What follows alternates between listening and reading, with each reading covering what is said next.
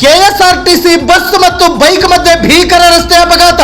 ಸ್ಥಳದಲ್ಲೇ ಒಬ್ಬ ಸಾವು, ಮತ್ತೊಬ್ಬರಿಗೆ ಗಂಭೀರ ಗಾಯ. ಘಟನಾ ಸ್ಥಳಕ್ಕೆ ಸಂಸದರಾದ ಇ ತುಕಾರಾಂ ರವರು ಭೇಟಿ. ಮತ್ತಾಜನಹಳ್ಳಿ ಇಳಿಜಾರಿನಲ್ಲಿ ಕೆಎಸ್ಆರ್ಟಿಸಿ ಬಸ್ ಚಾಲಕನ ನಿಯಂತ್ರಣ ತಪ್ಪಿ ಬೈಕ್ ಮತ್ತು ಬಸ್ನ ಮಧ್ಯೆ ಭೀಕರ ಅಪಘಾತ.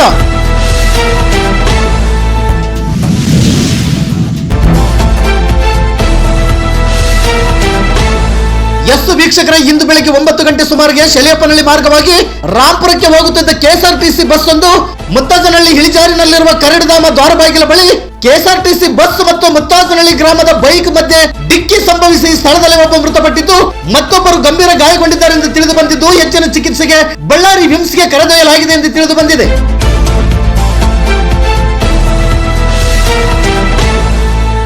ಇದು ಬಳ್ಳಾರಿ ಜಿಲ್ಲೆ ಸಂಡೂರು ತಾಲೂಕು ಚೋರನೂರು ಪೊಲೀಸ್ ಠಾಣಾ ಸರಹದ್ದಿನಲ್ಲಿ ಅಪಘಾತ ಸಂಭವಿಸಿದ್ದು, ಚೋರನೂರು ಪಿಎಸ್ಐ ಮುದ್ದುರಂಗಸ್ವಾಮಿರವರು ಸ್ಥಳಕ್ಕೆ ಭೇಟಿ ನೀಡಿ ಪರಿಶೀಲನೆ ನಡೆಸಿದ್ದಾರೆ. ಚೋರನೂರು ಪೊಲೀಸ್ ಠಾಣೆಯಲ್ಲಿ ಪ್ರಕರಣ ದಾಖಲಾಗಿದೆ ಎಂದು ತಿಳಿದು ಬಂದಿದೆ.